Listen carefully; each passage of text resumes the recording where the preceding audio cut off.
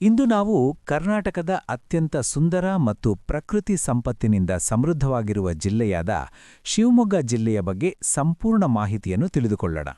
ಈ ವಿಡಿಯೋವನ್ನು ನೀವು ಸಂಪೂರ್ಣವಾಗಿ ಕೇಳಿದರೆ ಶಿವಮೊಗ್ಗ ಜಿಲ್ಲೆಯ ಇತಿಹಾಸ, ಭೌಗೋಳಿಕ ವೈಶಿಷ್ಟ್ಯಗಳು, ನದಿಗಳು, ಪ್ರವಾಸಿ ತಾಣಗಳು, ಸಂಸ್ಕೃತಿ, ಆರ್ಥಿಕತೆ ಮತ್ತು ಪ್ರಸಿದ್ಧ ವ್ಯಕ್ತಿಗಳ ಬಗ್ಗೆ ಸ್ಪಷ್ಟವಾದ ಮಾಹಿತಿ ನಿಮಗೆ ಲಭಿಸುತ್ತದೆ.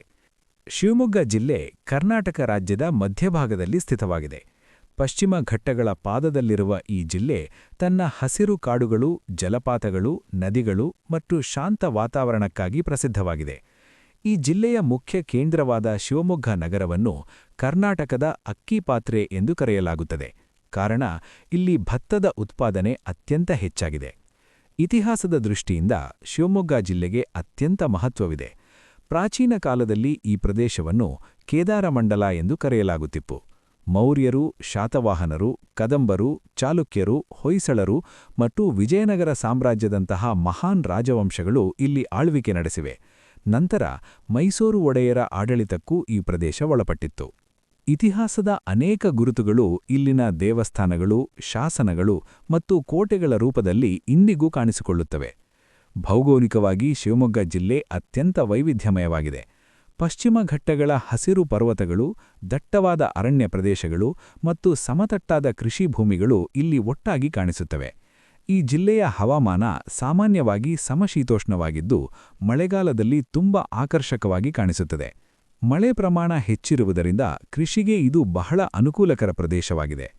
ಶಿವಮೊಗ್ಗ ಜಿಲ್ಲೆಯನ್ನು ಕರ್ನಾಟಕದ ನದಿ ತಾಯಿ ಎಂದು ಕರೆಯುವ ತುಂಗಭದ್ರಾ ನದಿ ಪೋಷಿಸುತ್ತದೆ. ತುಂಗಾ ಮತ್ತು ಭದ್ರಾ ಎಂಬ ಎರಡು ನದಿಗಳು ಈ ಜಿಲ್ಲೆಯ ಪ್ರಮುಖ ಜೀವನಾಡಿಗಳಾಗಿವೆ. ಈ ಎರಡು ನದಿಗಳು ಕೊಪ್ಪ ತಾಲೂಕಿನ ವರಾಹ ಪರ್ವತದ ಬಳಿ ಹುಟ್ಟಿ ಮುಂದೆ ಸಂಗಮವಾಗಿ ತುಂಗಭದ್ರಾ ನದಿಯಾಗಿ ಹರಿಯುತ್ತವೆ. ಭದ್ರಾ ಜಲಾಶಯ ಮತ್ತು ತುಂಗಾ ಆಣೆಕಟ್ಟುಗಳು ಕೃಷಿ ಮತ್ತು ವಿದ್ಯುತ್ ಉತ್ಪಾದನೆಯಲ್ಲಿ ಮಹತ್ವದ ಪಾತ್ರ ವಹಿಸುತ್ತಿವೆ. ಪ್ರವಾಸೋದ್ಯಮದ ದೃಷ್ಟಿಯಿಂದ ಶಿವಮೊಗ್ಗ ಜಿಲ್ಲೆ ಒಂದು ಸ್ವರ್ಗದಂತಿದೆ.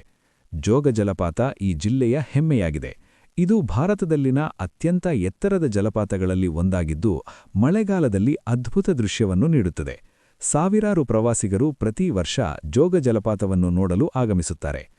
ತ್ಯಾವರೆಕೊಪ್ಪ ಸಿಂಹ ಮತ್ತು ಹುಲಿ ಸಂರಕ್ಷಿತ ಪ್ರದೇಶವು ವನ್ಯಜೀವಿ ಪ್ರೇಮಿಗಳಿಗೆ ಸ್ವರ್ಗವಾಗಿದೆ.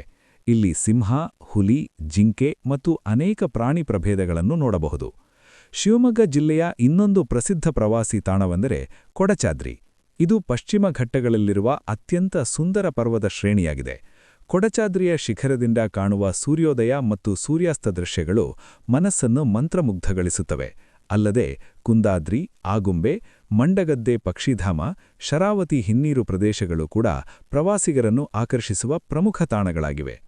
ಧಾರ್ಮಿಕವಾಗಿ ಶಿವಮೊಗ್ಗ ಜಿಲ್ಲೆ ಬಹಳ ಶ್ರೀಮಂತವಾಗಿದೆ. ಶರಾವತಿ ನದಿಯ ತಟದಲ್ಲಿರುವ ಸಿಗಂದೂರು ಚೌಡೇಶ್ವರಿ ದೇವಾಲಯ ಅತ್ಯಂತ ಪ್ರಸಿದ್ಧವಾಗಿದೆ. ಭದ್ರಾವತಿಯ ಲಕ್ಷ್ಮೀನಾರಾಯಣ ದೇವಸ್ಥಾನ, ಕುಂದಾದ್ರಿಯ ಜೈನ ಬಸದಿ, ಮೃಗವಾಹಿನಿ ದೇವಾಲಯ ಮತ್ತು ಅನೇಕ ಪ್ರಾಚೀನ ದೇವಾಲಯಗಳು ಇಲ್ಲಿವೆ. ಈ ದೇವಾಲಯಗಳು ಧಾರ್ಮಿಕ ನಂಬಿಕೆ ಜೊತೆಗೆ ವಾಸ್ತುಶಿಲ್ಪದ ದೃಷ್ಟಿಯಿಂದಲೂ ಮಹತ್ವ ಹೊಂದಿವೆ. ಶಿವಮೊಗ್ಗ ಜಿಲ್ಲೆಯ ಸಂಸ್ಕೃತಿ ಮತ್ತು ಪರಂಪರೆ ಬಹಳ ವೈವಿಧ್ಯಮಯವಾಗಿದೆ. ಇಲ್ಲಿ ವಿವಿಧ ಜನಾಂಗಗಳು ಮತ್ತು ಸಮುದಾಯಗಳು ಸಹಜವಾಗಿ ಒಟ್ಟಾಗಿ ಜೀವನ ನಡೆಸುತ್ತಿವೆ. ಹಬ್ಬ ಹರಿದಿನಗಳನ್ನು ಇಲ್ಲಿ ಬಹಳ ಸಂಭ್ರಮದಿಂದ ಆಚರಿಸಲಾಗುತ್ತದೆ. ಮಕರ ಸಂಕ್ರಾಂತಿ, ಉಗಾದಿ, ದೀಪಾವಳಿ, ಗಣೇಶ ಚತುರ್ಥಿ ಮತ್ತು ದಸರಾ ಹಬ್ಬಗಳು ಇಲ್ಲಿ ವಿಶೇಷ ಮಹತ್ವ ಹೊಂದಿವೆ. ಜಾನಪದ ಕಲೆಗಳು, ಯಕ್ಷಗಾನ, ನಾಟಕ ಮತ್ತು ಭಜನೆಗಳು ಈ ಜಿಲ್ಲೆಯ ಸಾಂಸ್ಕೃತಿಕ ವೈಶಿಷ್ಟ್ಯಗಳಾಗಿವೆ. ಆರ್ಥಿಕವಾಗಿ ಶಿವಮೊಗ್ಗ ಜಿಲ್ಲೆ ಕೃಷಿಯ ಮೇಲೆ ಹೆಚ್ಚಿನ ಅವಲಂಬನೆ ಹೊಂದಿದೆ. ಭತ್ತ, ಅಡಿಕೆ, ತೆಂಗು, ಮೆಣಸು ಮತ್ತು ಸಕ್ಕರೆ ಕಬ್ಬು ಇಲ್ಲಿ ಪ್ರಮುಖ ಬೆಳೆಗಳಾಗಿವೆ. ಅರಣ್ಯ ಸಂಪತ್ತು ಇಲ್ಲಿನ ಆರ್ಥಿಕತೆಗೆ ಸಹಕಾರಿಯಾಗಿದೆ.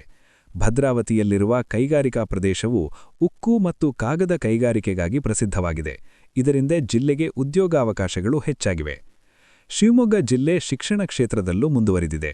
ಇಲ್ಲಿ ಹಲವಾರು ಶಾಲೆಗಳು, ಕಾಲೇಜುಗಳು ಮತ್ತು ತಾಂತ್ರಿಕ ಶಿಕ್ಷಣ ಸಂಸ್ಥೆಗಳಿವೆ. ಶಿವಮೊಗ್ಗ ನಗರವು ಇಂದು ಒಂದು ಪ್ರಮುಖ ಶೈಕ್ಷಣಿಕ ಕೇಂದ್ರವಾಗಿ ಬೆಳೆಯುತ್ತಿದೆ. ಅನೇಕ ವಿದ್ಯಾರ್ಥಿಗಳು ವಿವಿಧ ಜಿಲ್ಲೆಗಳಿಂದ ಇಲ್ಲಿಗೆ ಶಿಕ್ಷಣಕ್ಕಾಗಿ ಆಗಮಿಸುತ್ತಾರೆ. ಪ್ರಸಿದ್ಧ ವ್ಯಕ್ತಿಗಳ ವಿಚಾರದಲ್ಲಿ ಶಿವಮೊಗ್ಗ ಜಿಲ್ಲೆ ಹೆಮ್ಮೆ ಪಡುವಂತಹ ಇತಿಹಾಸ ಹೊಂದಿದೆ. ರಾಷ್ಟ್ರಕವಿ ಕುವೆಂಪು ಅವರು ಈ ಜಿಲ್ಲೆಯ ಹೆಮ್ಮೆಯ ಪುತ್ರವಾಗಿದ್ದಾರೆ. ಅವರ ಸಾಹಿತ್ಯ ಕನ್ನಡ ಭಾಷೆಗೆ ಅಮೂಲ್ಯ ಕೊಡುಗೆಯಾಗಿದೆ. ಇನ್ನು ಹಲವಾರು ಸಾಹಿತಿಗಳು, ಕಲಾವಿದರು ಮತ್ತು ಸಮಾಜ ಸೇವಕರು ಈ ಜಿಲ್ಲೆಯಿಂದ ಹೊರಹೊಮ್ಮಿದ್ದಾರೆ. ಒಟ್ಟಿನಲ್ಲಿ ಶಿವಮೊಗ್ಗ ಜಿಲ್ಲೆ ಪ್ರಕೃತಿ ಸೌಂದರ್ಯ, ಇತಿಹಾಸ, ಸಂಸ್ಕೃತಿ ಮತ್ತು ಅಭಿವೃದ್ಧಿಯ ಸಮನ್ವಯವಾಗಿದೆ. ಇಲ್ಲಿ ಒಂದು ಬಾರಿ ಭೇಟಿ ನೀಡಿದರೆ ಮತ್ತೆ ಮತ್ತೆ ಬರಬೇಕು ಅನ್ನಿಸುವಂತಹ ಮಾಯಾಜಾಲ ಇದೆ.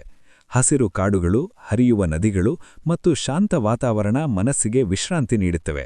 ಇದೇ ಕಾರಣಕ್ಕೆ ಶಿವಮೊಗ್ಗ ಜಿಲ್ಲೆಯನ್ನು ಕರ್ನಾಟಕದ ಅತ್ಯಂತ ಸುಂದರ ಜಿಲ್ಲೆಗಳಲ್ಲಿ ಒಂದು ಎಂದು ಕರೆಯಲಾಗುತ್ತದೆ. ಈ ವಿಡಿಯೋ ನಿಮಗೆ ಇಷ್ಟವಾದಲ್ಲಿ ಲೈಕ್ ಮಾಡಿ, ಶೇರ್ ಮಾಡಿ ಮತ್ತು ನಮ್ಮ ಚಾನೆಲ್ಗೆ ಸಬ್ಸ್ಕ್ರೈಬ್ ಮಾಡೋದನ್ನು ಮರಿಬೇಡಿ. ಮತ್ತೆ ಹೊಸ ಮಾಹಿತಿಯೊಂದಿಗೆ ಮುಂದಿನ ವಿಡಿಯೋದಲ್ಲಿ ಭೇಟಿಯಾಗೋಣ.